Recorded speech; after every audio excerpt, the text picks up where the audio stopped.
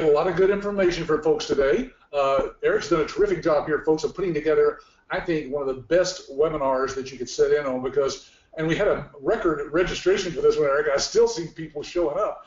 They're wondering, how in the world do you start a business that helps doctors with their billing when you don't have any billing or coding experience? So this is a perfect webinar for that. Perfect webinar. Here we go. All right, so let's get through a couple of things as we go through this. Now, Patrick, I've already mentioned, kind of gave a little sneak peek, you're actually interviewing Dr. Vicki next week. Why don't you tell us a little bit about that? I will, if you'll copy that little link there, Eric, into the chat box. Now, folks, he's going to put that in the chat box, not the question box. And when he does, you can actually register right now for this webinar next week. We're going to interview Dr. Vicki Ratner on outsourcing. In other words, the advantages that a doctor has in outsourcing. She speaks from experience because, as Eric said, she is a retired general surgeon in practice for many, many years, saw thousands of patients, and ran her own practice by outsourcing her own billing. So great testimonial, and you'll be able to ask questions live during that webinar. So even if you don't know if you can make it or not, go ahead and register right now. The link is in there. I see it. And if you click on that right now, you can do registering while we're kind of getting going here. There you go.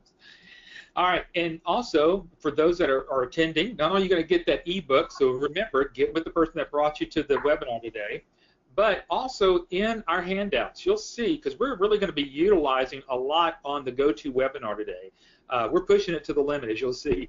On the handout area, there's a PDF of this slide deck already.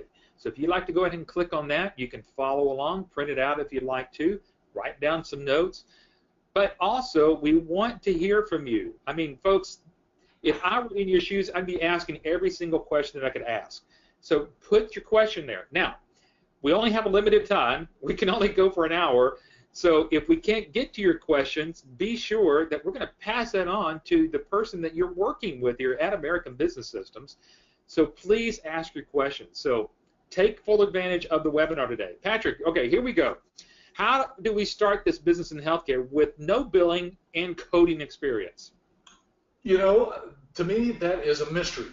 You know, when I first started this business, my wife and I, back in the late 80s, we didn't have any billing experience, none whatsoever, nothing. And we certainly didn't have any coding experience. I didn't even know what codes were.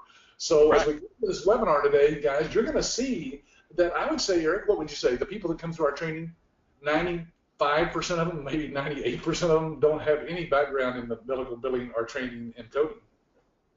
But what they have is an entrepreneurial spirit, and they really want to go do something, and they realize that healthcare is, I mean, it's in the news every single day.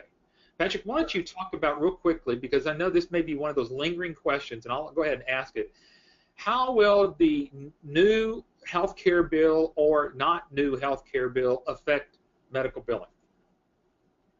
Oh, good question. Why don't you stop the showing of the slide there, Eric, and I'll just be able to speak people just directly here on the video as if we're speaking right directly to people. Folks, this new bill that's coming down, who knows what it will end up being finally, but people were asking this very question back in 2008 when Obamacare, the Affordable Care Act, known as Obamacare, was being introduced. Like, how is this going to affect the medical billing business? And Eric, as you know, what it did was it just added that much more complication to the doctor in their office so that they wanted to outsource their billing and get that out of the office so they could concentrate on what's important to them, which of course is patient care. Doctors don't want to have to keep up with all this stuff, folks, all these different changes and rules and regulations. And so what it did was it caused that many more people to get into the healthcare industry, I mean, be covered by healthcare, and that many more people, of course, the doctor had to see.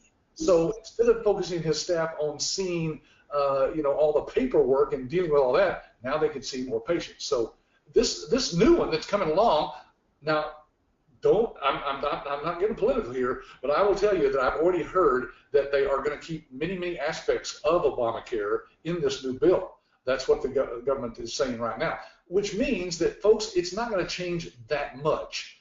And Eric, we've seen nothing but a growth in our licensees and the number of doctors they're signing up here over the last 8 years. So I think it'll just continue right on. So what we're talking about here is this is part, well, it's actually what you actually going to become as a certified medical revenue manager. So you got to know all of this information. So Patrick, why don't you kind of take us on a little tour of this part of the slide?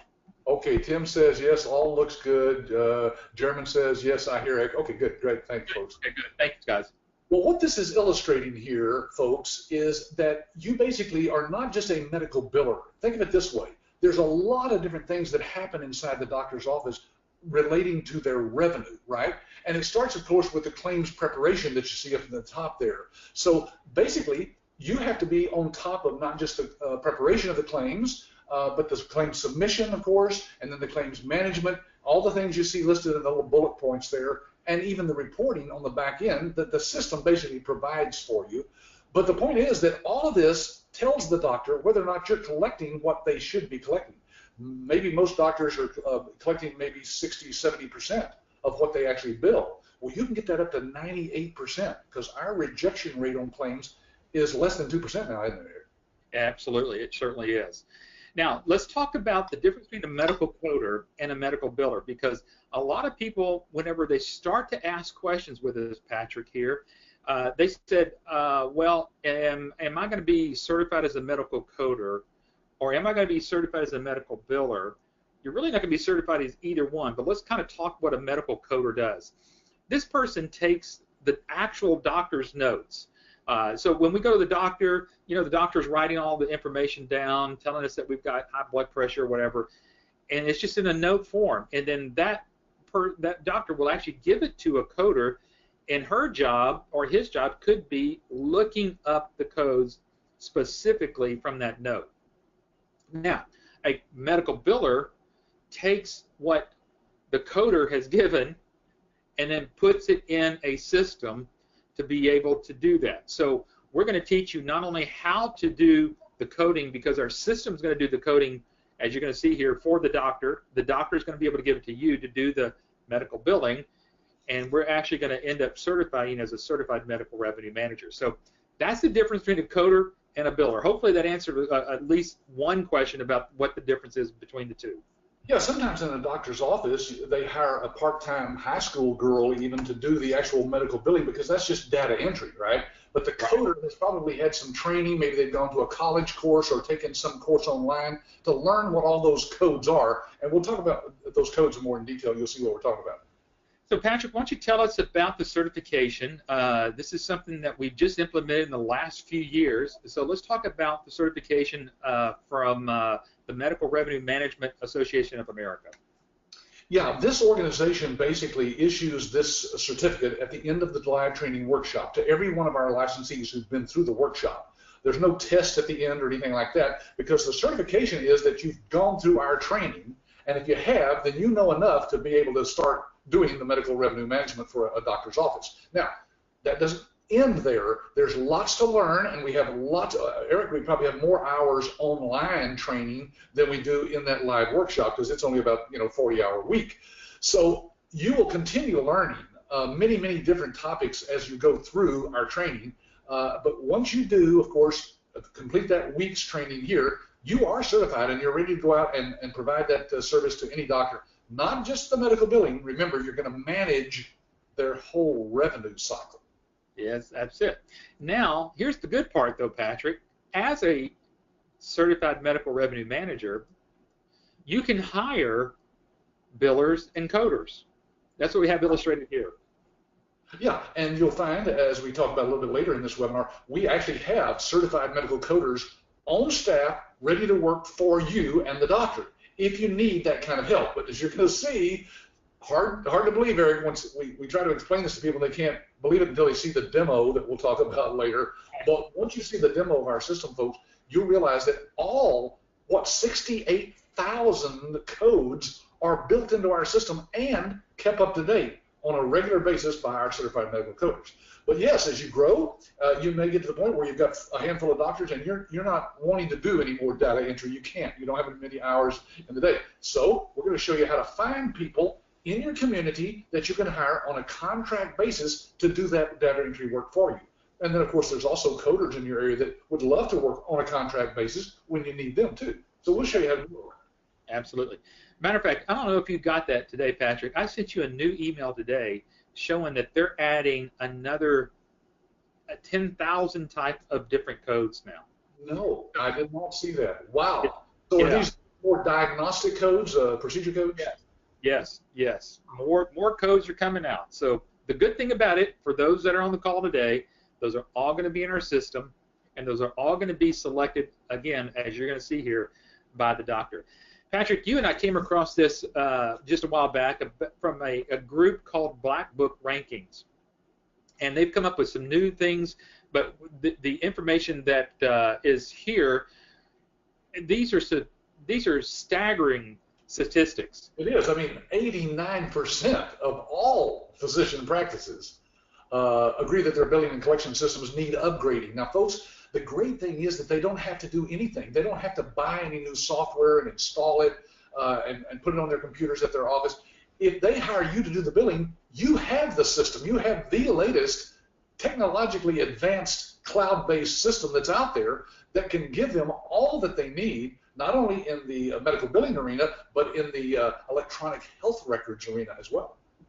Yeah, and so folks, as you're learning this, understand that doctors don't necessarily want to change systems a lot, but what we're finding is once we move a doctor from a server-based, which is you have to physically put the software on the doctor's computer and maintain their servers, to a web-based system, Patrick, I mean, the doctors are they're loving it because it frees them up from upgrades and they have to keep up with the codes.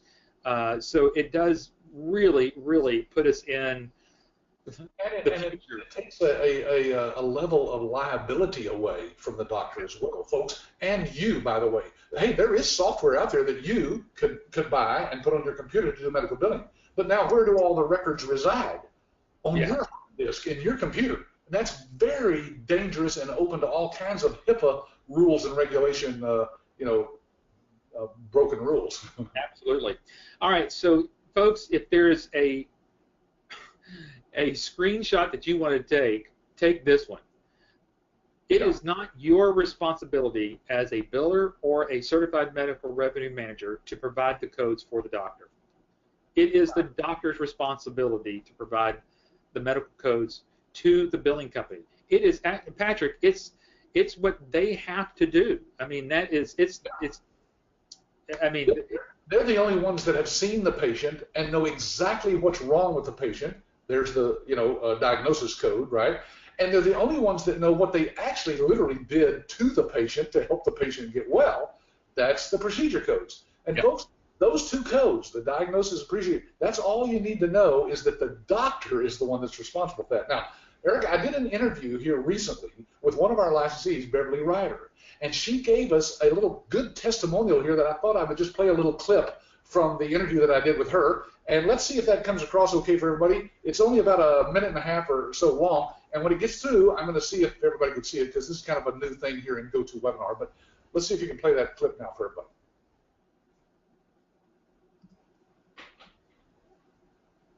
I'm going to clear all the hands that are raised. And folks, if you saw that video and heard it just now, okay, would you please raise your hand in the control panel of the GoToWebinar? Let me just see how many people actually heard this. Okay, I'm seeing a few hands raised there. Yeah, okay, good. Well, it looks like most people did. Okay, so I'm going to lower the hands now, and let's do it this way. If you had problems, audio or visual problems, watching that little 2-minute clip there, would you raise your hand now? I see, I do see 2 or 3 hands. There's 4. Yeah, so a few people had problems seeing that, Eric. We'll just have to assure them that that was a great clip. Of course. But here's basically what Beverly said. I asked her if she had used our code write service, which we'll talk about here in just a moment. She said, no, I haven't had to, because your system has all the codes in there. And then she said basically that whatever the doctor gives them, that's what they put in. And if they see the wrong code come across, maybe they've seen that code for that particular procedure several times, and there's a different code at some point. She says, well, we look it up in the system and suggest to the doctor that maybe you picked the wrong code.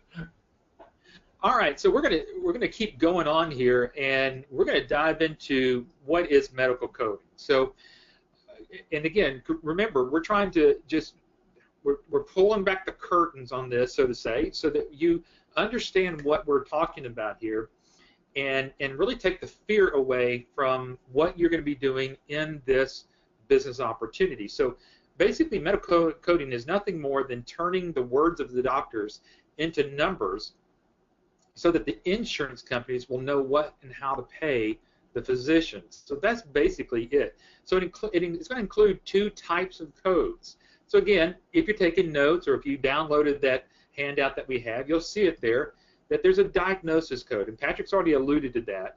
A diagnosis code is the medical condition of the patient. So if we go in for a sore arm or heart trouble or whatever it might be, that's what's wrong with us as a patient. Now, the procedure code is what the doctor has done for the patient. This is accumulating the time and maybe other things, maybe an injection, and we're going to describe that, show that to you in a little bit more detail here as we go forward. So that's what medical coding really is. So, Patrick, hopefully we've taken the fear that there's only really two types of codes: diagnosis codes and procedure codes. And all those are in the system. And remember, the doctors using our electronic medical records, they are able to push a few buttons on their iPad and send those codes directly to you. So they pick the codes out when they see it on the screen, the suggested codes. They pick them out and send them to you. So there's nothing that you have to know about the codes other than, well, there they are. The doctors sent them to you. Yeah. Yeah. So we're showing you. Go ahead. On my iPad, I'm not seeing that the slides. Are we actually showing again? I believe we should be showing again. I'm showing that it's showing. This may be adjusted wrong here. I'll play around with it. Go ahead. Sorry. Okay. So hopefully what everybody's seeing is a screenshot of what's called a super bill. And the super bill is really kind of an archaic way of getting you as the billing company the codes. Some of you may have seen this when you've gone to the doctor, but the doctor will circle these numbers, and these numbers are going to get to you to actually do the billing. Now, the other way that it can be got to you is through electronic medical records, and that's what we're describing here is our EMRX. So you can see it here as an iPad, so the doctor can utilize the electronic medical records from an iPad or anything. So apparently Tim is telling me that there's no screenshots of anything. I only see Patrick and Eric's. We're going to just stop showing the screen. Stop showing, and then I'm going to show it again. So let's see if that helps. Okay, that did it on my iPad. Perfect. Very good. Thanks, Tim, for showing that. I will go back one screen so you can see what I'm talking about there. There is the super bill right there. Again, some of you may be seeing that once before, and or now the electronic medical records. So now let's say, how does the doctor get them to you? Well, there's two ways. If they're doing it on the super bill, the easiest way for them to do that is just to fax them to you. You get them, you take them, you manually input them into the system. Obviously, the best way is it comes in electronically, and we're going to show and demonstrate that to you. Now what we're going to do here is really kind of dive in and explain to you in detail one more time what a diagnosis code is. Here we've got... Eric, can I just mention that the reason some doctors are still doing that on paper is, believe it or not, they have not gotten involved in electronic health records. They don't have an electronic medical record system in the office, so they have to use paper forms like that, and there is a way for them to upload those directly into a system that we have for you called iDocs Now, where you'll be able to get all that electronically. There will be no paper involved in your business at all, but it looks like it is a paper form until they actually scan that into you. There you go. All right, so now we're going to take down this little path here again. So here's this patient. This guy's coming in because he's got a cough, right? So the doctor comes in. We're looking at the super bill. Okay, here we go. There's the guy with the cough. Then we've got the doctor is going to do their examination. And at that point, the doctor is going to say, here's the diagnosis. This is what's wrong with you. Now, For those that may have a little bit of medical billing experience, you'll see that there's an R05, which means we know that as the new ICD-10 codes, which is the diagnosis codes version 10. Now, so you can see this is what the doctor is reporting, the patient's conditions, the signs and the symptoms and all that. Now the doctor will take that, do some more examination, maybe give an injection, and those come out to procedure codes. So you can see what is called the 99213, which is the level of visit, and then the other. Now, again, folks, if you're on here, you're going, I have no idea what Eric's talking about. It's okay, because all you need to know is you're going to get these codes, and we're going to show you what you're going to do with them. Yeah. Again, there's a great question here from Rose. Can I read that out to you? Yes. All right, here's what she says. Does your system advise if there are other codes more likely to be paid by insurers, or which likely may result in a higher coverage from the insurance companies? You got it. Absolutely. Thanks, Rose. Great question. So yes, it does. It does suggest these areas. So again, here is just the basic. I mean, so what we're going to do now, we're going to play like we're all medical billers. So here we go. We're going to take these three codes, and we're going to put them into our system. So here we go. We're going to dive into iClaim. This is the billing platform, folks. So we're going to go up over here, right up to where it says billing, and we're going to click on billing, and we're going to enter these charges into our system. So this is showing you that you don't need to be a biller. What you're going to end up being is a very well-paid data entry person. Go over here and enter charges and professional claim charges. We're going to pull up the patient from that particular visit. And as we scroll down, you can see we are going to input right down here the code in this first slot labeled number 1.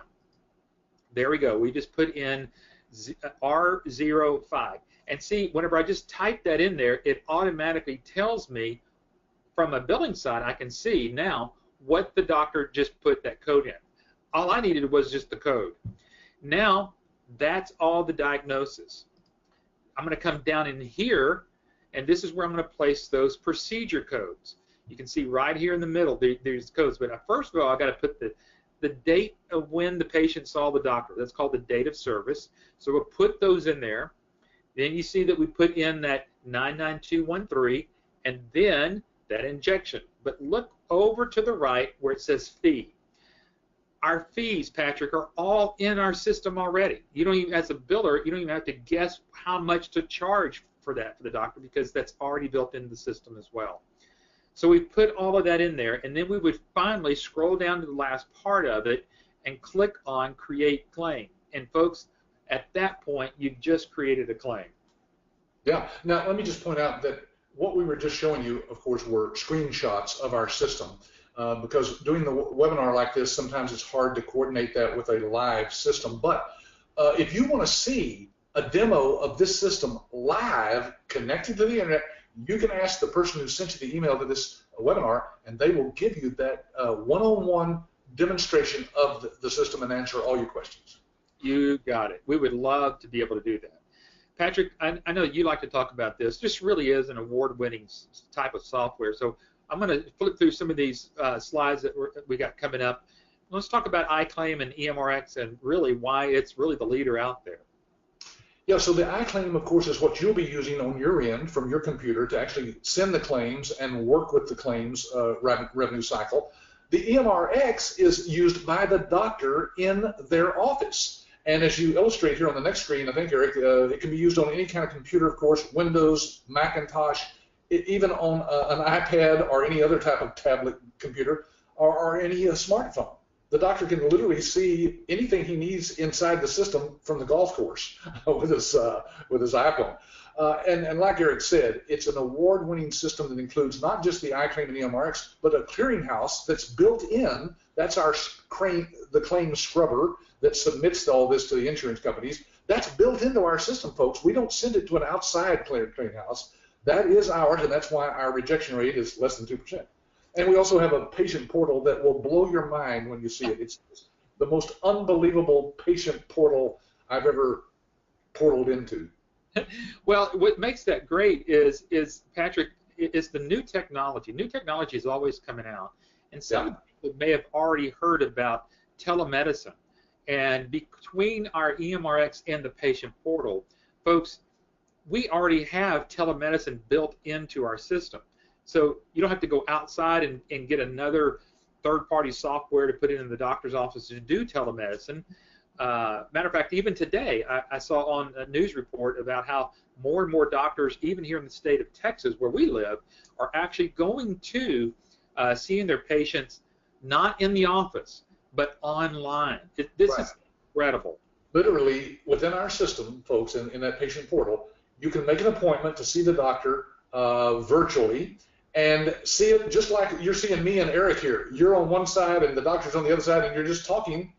The technology is there for us to do this. And some insurance companies are paying the doctors for those visits. So it's going to be the future of medicine, no doubt about it. There's many times I've wished I don't have to get in a car and go see that doctor. I can talk to the doctor. They don't undress me or do anything else to me while I'm there. They're just asking a bunch of questions. Maybe it's a follow-up visit. That can be done through telemedicine. Now, Patrick, one thing before we leave this screen, there are other people that may be doing some due diligence, and we do have a couple of competitors out there, and one of their claim to fame to say is that with maybe their system, you have the freedom to choose whatever clearinghouse that you want to use. You want to talk about the importance of us having our own clearinghouse inside of our system, why it's just not necessary for you to have to go find your own clearinghouse? Well, first of all, that's probably the biggest disadvantage that you could possibly have, having to come up with your own clearinghouse and deal with the clearinghouses. Folks, there's a dozen or so out there that you'd have to deal with. You'd have to do the paperwork. They all want the data in a different format. And it's just, that's the reason why most medical billing companies have a rejection rate of 20 or 30%, because they're dealing with so many different types of clearinghouses. The advantage of us having it built in is there is no, we can't pass the buck to anybody, right? It's not somebody else's fault. If that claim doesn't go through, it's our fault. So guess what? We make sure it goes through, or at least in 98% of the times. So that's why you'll be pulling in way more money for the doctor and yourself by using a system, which is the only system, by the way, that we know of that has its own built-in clearinghouse. Yeah, if I could, I'd like to add one more thing to that. Folks, if you don't really know what a clearinghouse is, talk with the person, do the demonstration, we'll explain that. But listen, with any outside clearinghouse, that whenever you submit a claim from their particular software, it's going to go to that clearinghouse. With ours built in, folks, what you're able to do is send the claim directly to the insurance company. You can't get any better control than that.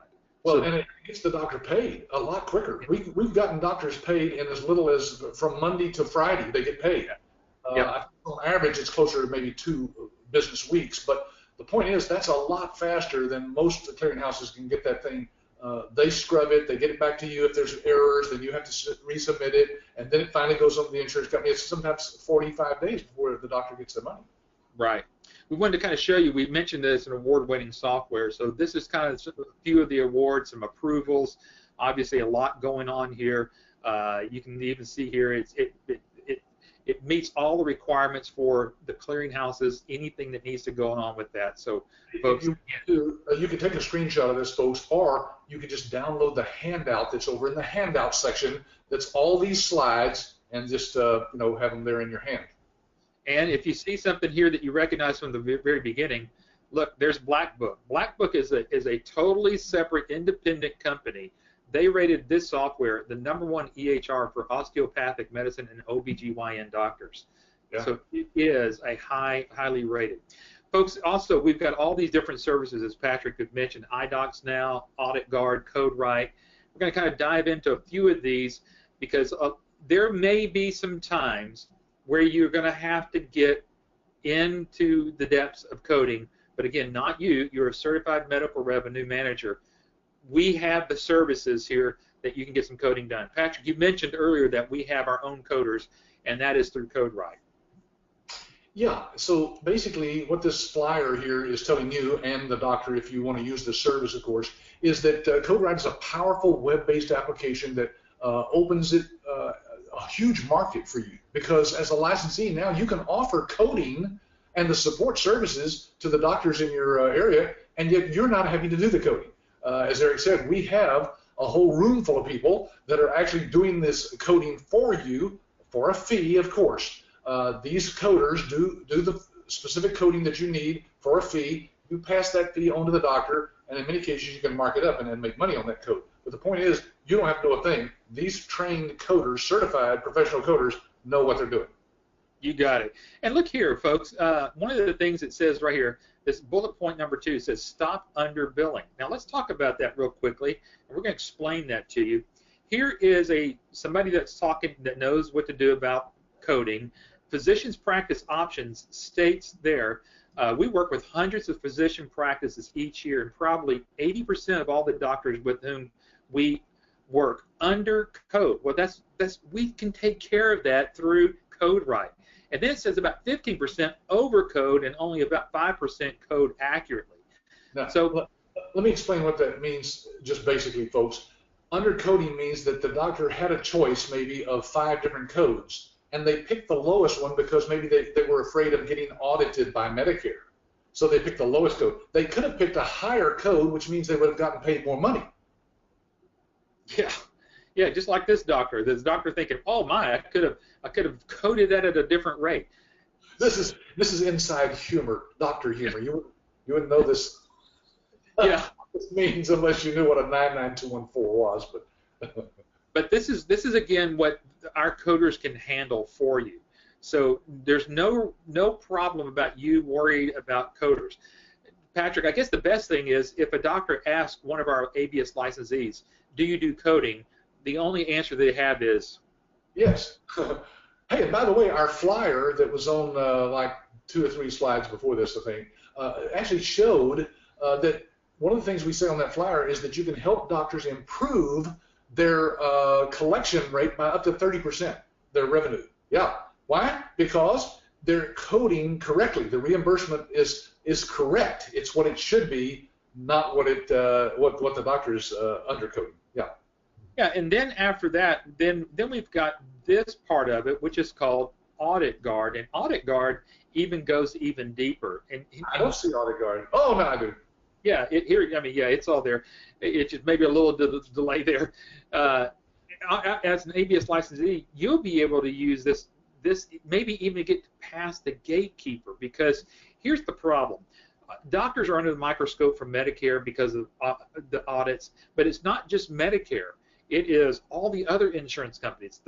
The insurance companies want to make sure that the doctor's giving them the right codes too. So this is a way of an evaluation type audit that is just superb. And again, you just being the owner of a medical billing company, you have this power behind you that these people, the person that actually puts this audit together is the one that's going to deliver this information to you, but also on a go-to webinar will actually tell the doctor and coach the doctor and you together how to code properly for this doctor. It's really unbelievable. The doctors who have this service done for them, they are just, again, awed by what information they get, and they realize that, hey, no wonder I'm not able to, go on that second vacation this year because I'm not making the money that I could be making. Hey, there's a great question here from Vicki. I guess all this has raised a question in her mind: what type of insurance do I need to carry?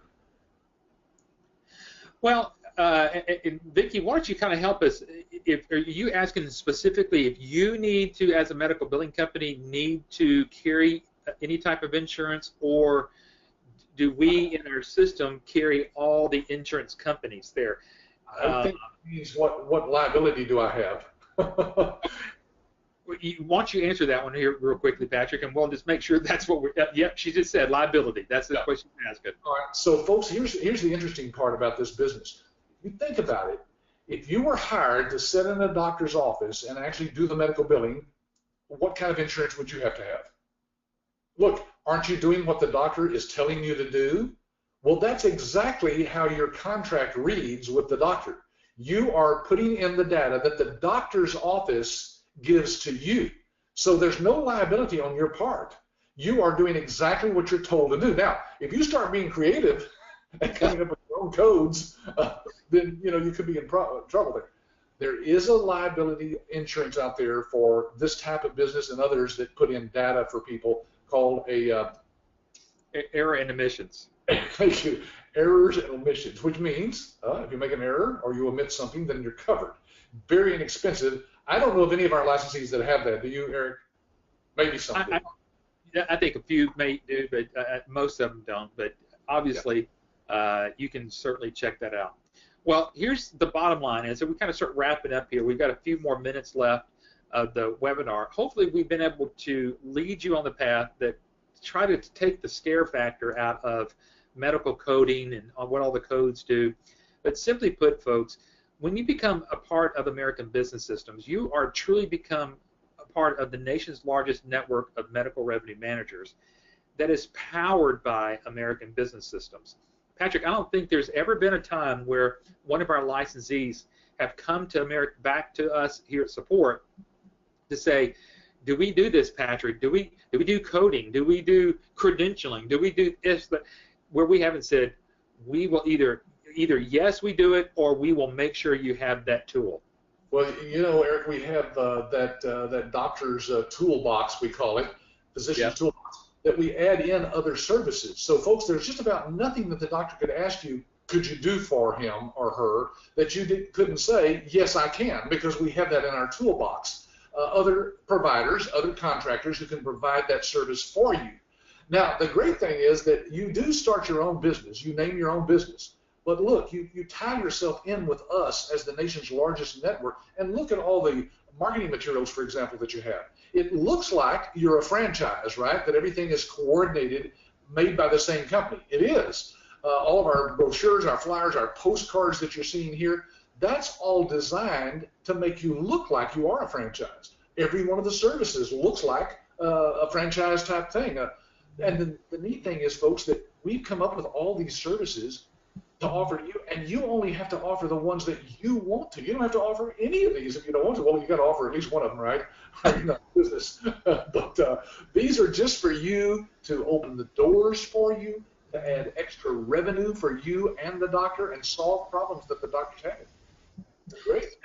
Patrick, one of the questions get, it's not coming up today, but obviously they want to know if what we have here is a real business. And I know that there are so many weird topics out there. Why don't you talk about what this article comes out, and this is actually nothing to do with American Business Systems. It's Entrepreneur Magazine. Yeah, Entrepreneur picks out certain businesses that they think are great businesses for people to start, and they publish a book. This is a 200-page book that you can actually order from Amazon, Start Your Own Medical Claims Billing Service. And look what they say in the book. The market for medical claim billers is growing exponentially with legions of providers, that's doctors, and ever-expanding patient pool. Healthcare industry spending is expected to grow by 5.8% each year through 2024. Eric, any industry that's growing at almost 6% a year, well, it's unheard of. I don't know of any industry. Yeah. And it's because we've got all these people who are now being covered by Obamacare and other healthcare plans that are coming along the line, right. And people like myself who are in the pool of people who are going to the doctor more. They're seeing the doctor more. More things go wrong. You have more time. You have more money to go to the doctor, and so you do. So that's growing as well. We're called baby boomers. Yeah, and that is always adding to the pool of when we go to the doctor, it feels like we're waiting there for an hour and a half, 2 hours. It is because it's starting to get backed up. You'll be in that pool someday, Eric. I am getting there. Getting there. All right, so some people are asking, so what's other people saying? Now, here's the New England Journal of Medicine. Everybody's heard that. And so now we're just going to dive into some facts here. And they've got it that market analysis is estimating that 24 cents out of every dollar are wasted on administrative and billing expenses. Now, if people can figure that out, that would be doing billing at 24%. Yeah. Why don't you talk about that with that, Patrick? Right. And in our case, this ties in a great question that Brian has here. How do we make money? Brian, you know, we do these webinars every Wednesday, and so we've done webinars specifically on how, you know, what kind of money you can make in the business and how you make it. But basically, it ties in with this because you're charging the doctor a percentage of the money that you collect for the doctor. So let's say you bill $100,000 or $120,000 or whatever, and you collect 100. That's what the doctor actually receives, $100,000 a month. You're going to be charging the doctor anywhere from 5 to 8% of that. So you can make $5,000 to $8,000 a month off that one doctor's billing because you're collecting for the doctor much more than they were previously and at much less cost. Look, it's costing them 24% now, and you're only charging even, say, 8%. That's the highest probably that most people charge. So you can save money and make a tremendous amount of money as well. Well, here's even better. We actually have slides to go through that. So as we kind of wrap up here, Brian, we're going to show that to you. We're going to kind of take you through a little scenario here. Let's say you have one doctor, and on average, that doctor is seeing 25 patients a day. Now, here's where the money comes into play. Each one of these, in the doctor's mind, is valued at about $100 per patient. That's usually what they're going to get back in reimbursements. I mean, I don't know about you, Patrick. I've never hardly ever walked out of a doctor's office paying less than $100. Yeah, no. But, sometimes it's $200 for your first 125 or 50 each visit after that. Yeah. So yes, they're netting. I should say they're receiving reimbursement of about 100 per, and these are round numbers, of course, but 20. So that's $2,500 a day. Yeah, $2,500 to the day for the doctor. So now let's kind of take this on. So we're going to deal on the doctor side. So $2,500 a day at 6.5%, because remember that's what you're billing for. Sorry, 6%. Right. Your average earnings on that could be about $150 a day. Now, Patrick, people would be happy to make $150 a day for less than 90 minutes of work a day. That's the key. Yeah, because if they're filing 25 claims for that doctor, folks, those 25 claims could take you, again, as little as 90 minutes to do. So that's pretty good wages. Yeah. And then if you take that all the way out to the end of the year, if you had $150 a day times 5 days per week, that's $750 a week for 52 weeks. That's $39,000 a year with one doctor for working literally less than 2 hours a day. Now, if you want to know more about that, you can go back to our website and play around with those numbers. This is exactly what I did. I put in one doctor that sees 25 patients a day for $100 at 6%. You calculate that out, and you can even play around with those numbers. So, Brian, if you want to go play with some numbers, go in there to our website, absystems.com, go to income potential, and it's going to land you right on this part of the page. How much medical billers make. There's and be able to enter in your own numbers. You can put in your own numbers, but this is I think the default numbers that are in there will come up with this 39,000. But you can put in your own. Just play around with it. It's a calculator. Yeah. Yeah, absolutely. Patrick, I think even through all the little technical difficulties, we've actually made it through toward the end here. So hopefully we've answered the questions about how you can start a business in healthcare with no billing and coding experience. Now, as we wrap up, folks, we're going to kind of start winding down here. Feel free to go ahead and type some more of your questions, but let's go to the next part of it. And Patrick, let's talk about trying to take as much risk out of those who want to become a certified medical revenue manager. Why don't you explain to people how you try to take out as much risk as possible?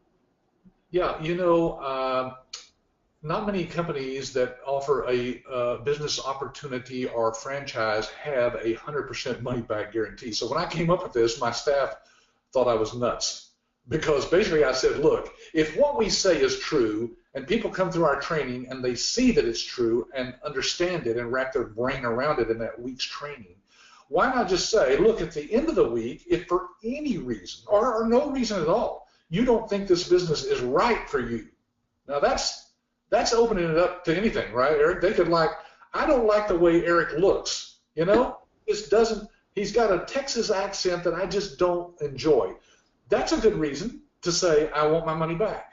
And folks, we've actually given money back to people in the 23 years we've done this. It's just a handful of people. But the point is that we believe in what we're doing. And you're the only one that can decide that. So we put now we give you back every penny you've paid to us. That's the licensing fee, which is $25,990. However, you are going to spend some money to fly down here or drive here.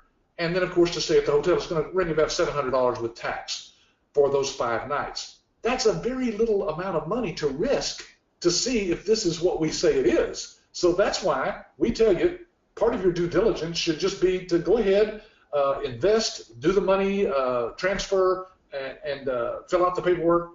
Check us out with the Better Business Bureau. Whatever you need to do, talk to some of our licensees all over the country, and then come on down for a week and enjoy the the Texas heat. There you go. right. Got it.